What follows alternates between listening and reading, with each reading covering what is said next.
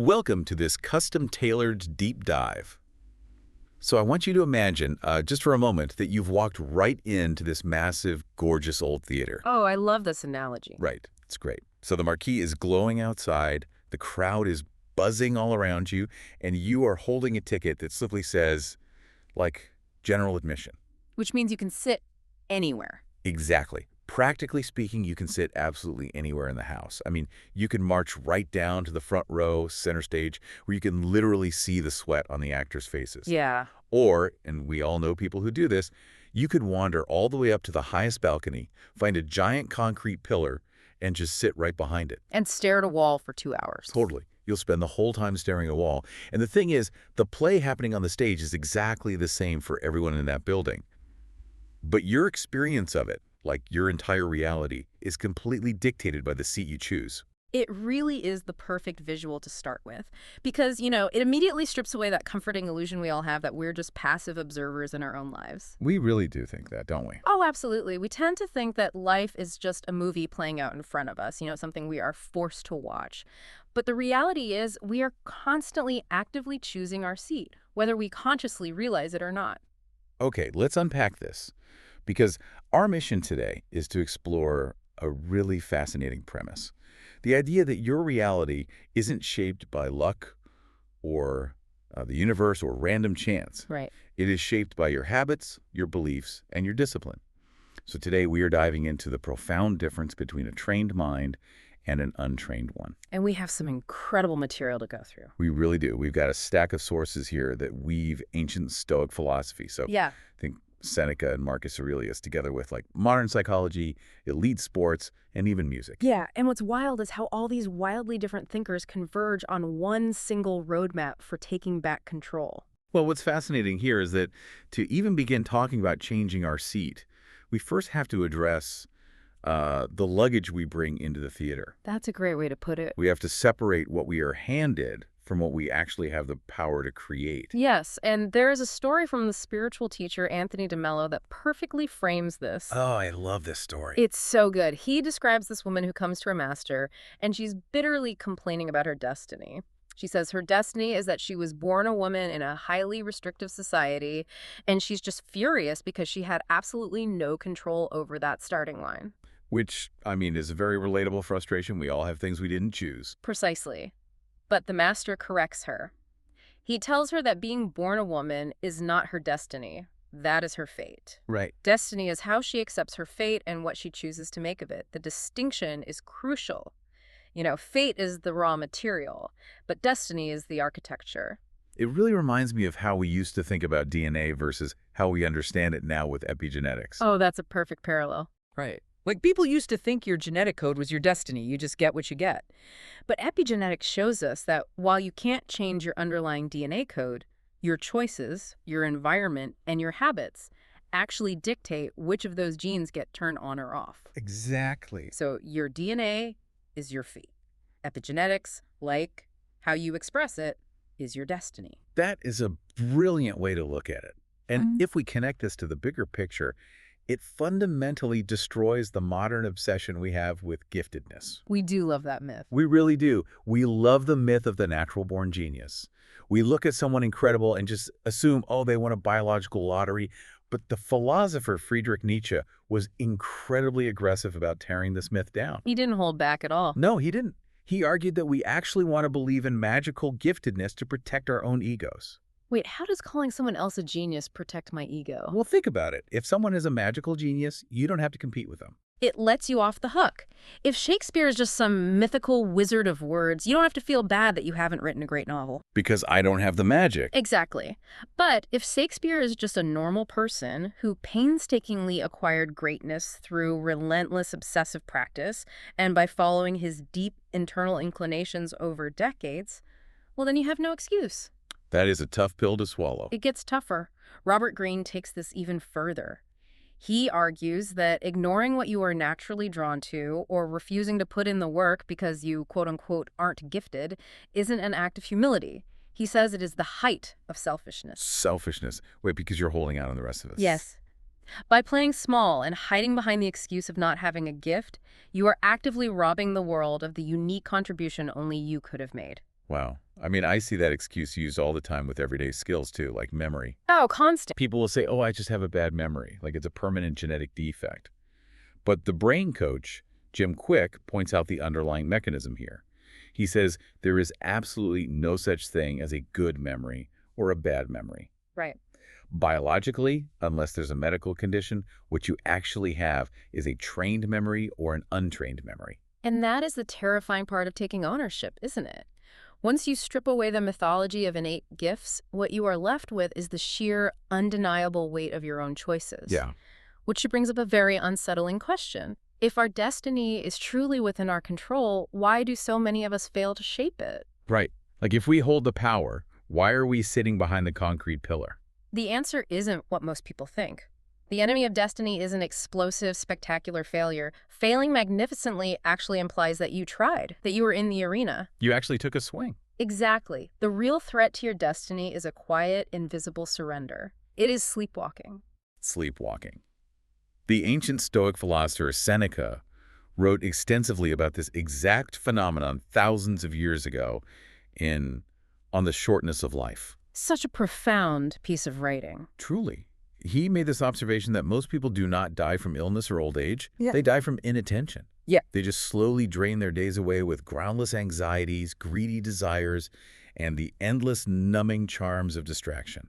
And you see that exact same philosophical observation echo through modern culture. Bruce Springsteen captures it perfectly in his song Racing in the Street. Oh, I love that song. He sings about how some people just give up living and start dying little by little, piece by piece.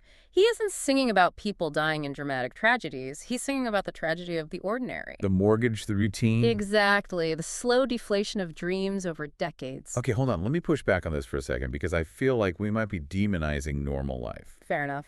Is an afternoon spent scrolling on the couch really a tragedy? I mean, modern life is exhausting. Are we supposed to be white-knuckling our destiny 24/7? Is this just a dramatic philosophical attack on the concept of resting? That is a completely fair pushback, but we have to look closely at the mechanism of what's actually happening. The Stoics and modern thinkers like Ryan Holiday are absolutely not against rest. Right. True rest is an active, deliberate choice. It's saying, I am depleted and I'm going to intentionally recharge. The danger they are warning against is the unexamined drift. You don't wake up one morning and make a formal declaration. Today I am going to abandon my dreams. Right. No one does that. Instead, you simply fail to decide otherwise across thousands of tiny, unexamined moments.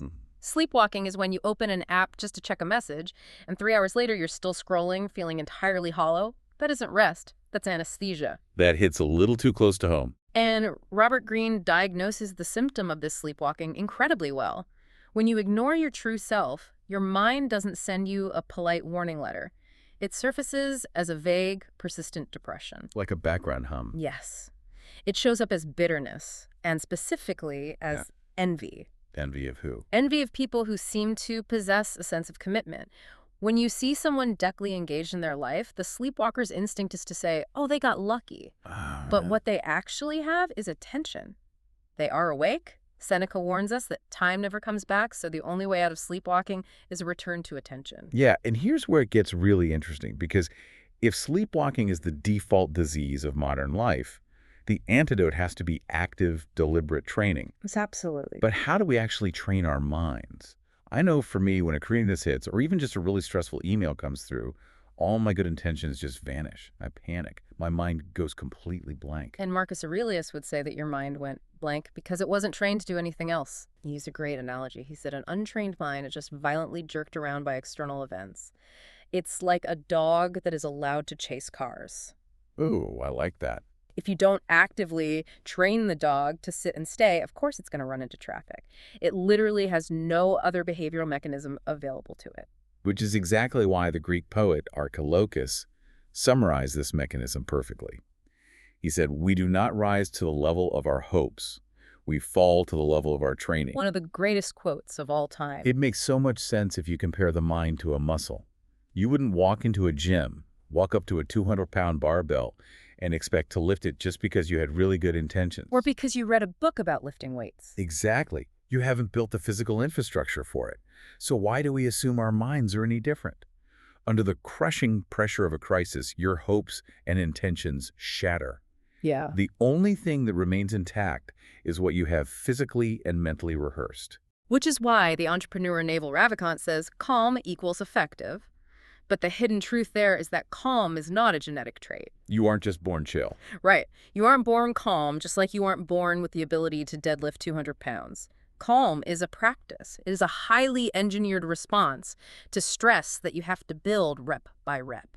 But I think this is where people get tripped up. When we hear words like stoicism and mental training and discipline, it sounds utterly miserable. It really does. It sounds like living in a cold stone room and just never smiling again. That is the biggest misconception about this entire philosophy. If we look at the actual history, the Stoic approach wasn't some grim, joyless asceticism.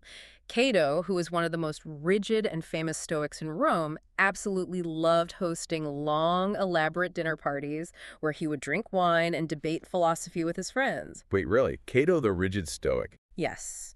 And the Scipionic Circle was a group of philosophers who regularly got together just to wrestle with big ideas and enjoy each other's company. Marcus Aurelius was known to bring his books to the Colosseum so he could read amidst the roaring chaos. Wow. And there's a quote from the comedian Milton Berle that fits this perfectly. Laughter is an instant vacation. So training isn't about eliminating joy.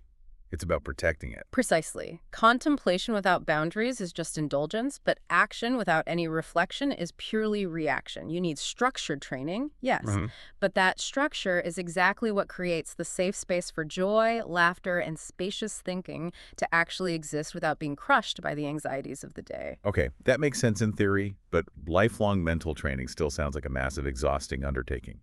How do we take this abstract philosophy and actually do it? When does the training happen? It happens the literal minute you wake up. Oh, wow. The training is a daily crucible. Consider George Raveling. He is 88 years old, a legendary basketball coach, and a man who has faced immense adversity and deep racial discrimination throughout his life. Right. Yet he starts every single morning by putting his feet on the floor and saying to himself aloud, "Okay, George, you have two options today, and only two. You can be happy or you can be very happy." Okay, I have to stop you there. I really struggle with this kind of advice. Go ahead. Frankly, Raveling's morning mantra sounds like the textbook definition of toxic positivity. If I've just lost my job or a loved one is sick or the world is literally falling apart, waking up and telling myself to be very happy feels delusional. It feels like sticking your head in the sand. This raises an important question, and it's the exact hurdle most people hit when they encounter this practice. Let me walk you through the mechanism of why this is not toxic positivity. Okay, I'm listening. Toxic positivity is pretending that bad things aren't happening. What Raveling is doing is something entirely different.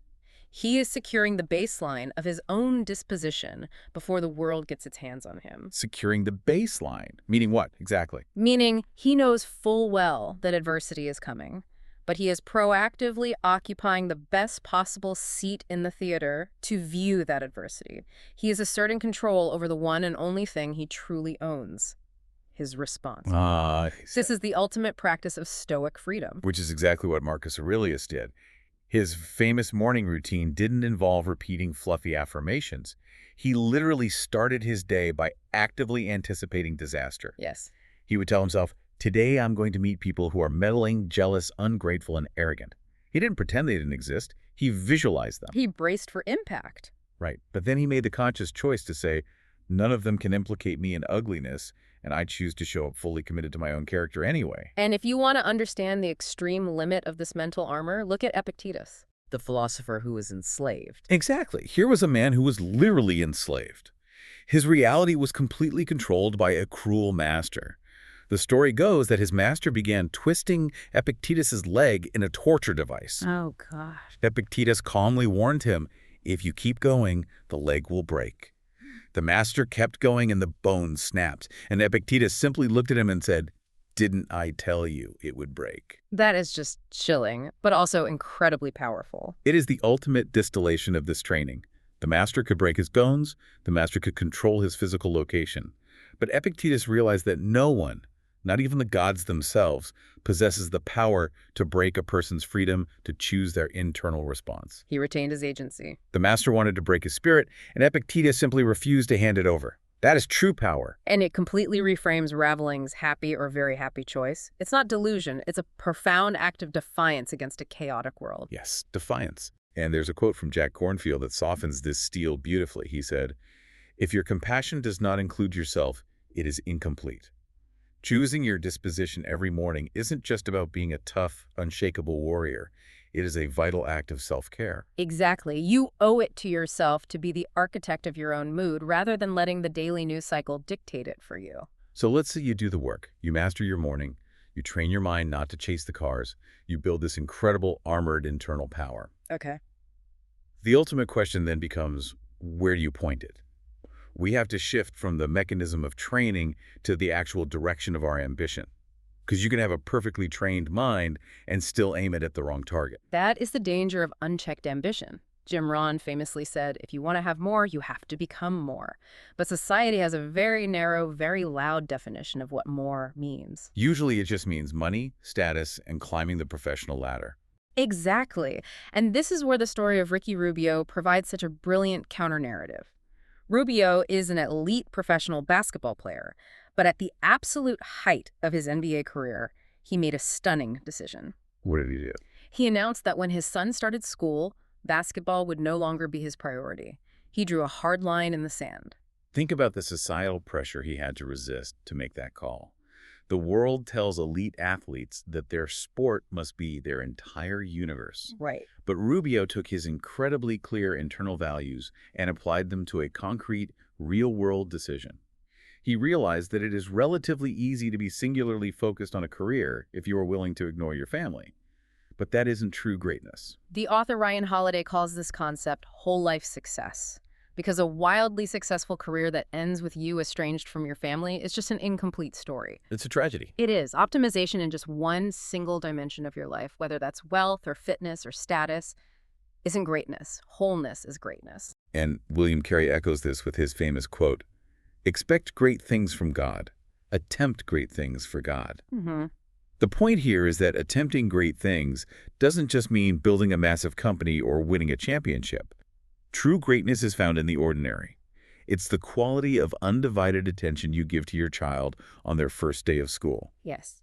It's having the patience to move generously through a world filled with difficult people without losing your own joy. If you spend years building up stoic discipline and mental armor, but you use it to succeed at things that don't actually matter to your soul, well, you are still sleepwalking. You are just sleepwalking much faster and with better posture. So what does this all mean? Let's zoom out and look at the thematic map we've built today. First, we established that fate is what you are handed at birth. The DNA, the circumstances, destiny is what you actively construct out of it. The mechanism to bridge that gap is daily, deliberate training, so you don't fall to the level of your fears under pressure. The actual practice happens in the choice you make the very minute you wake up. And the ultimate measure of your success isn't your resume, it's your whole life awareness.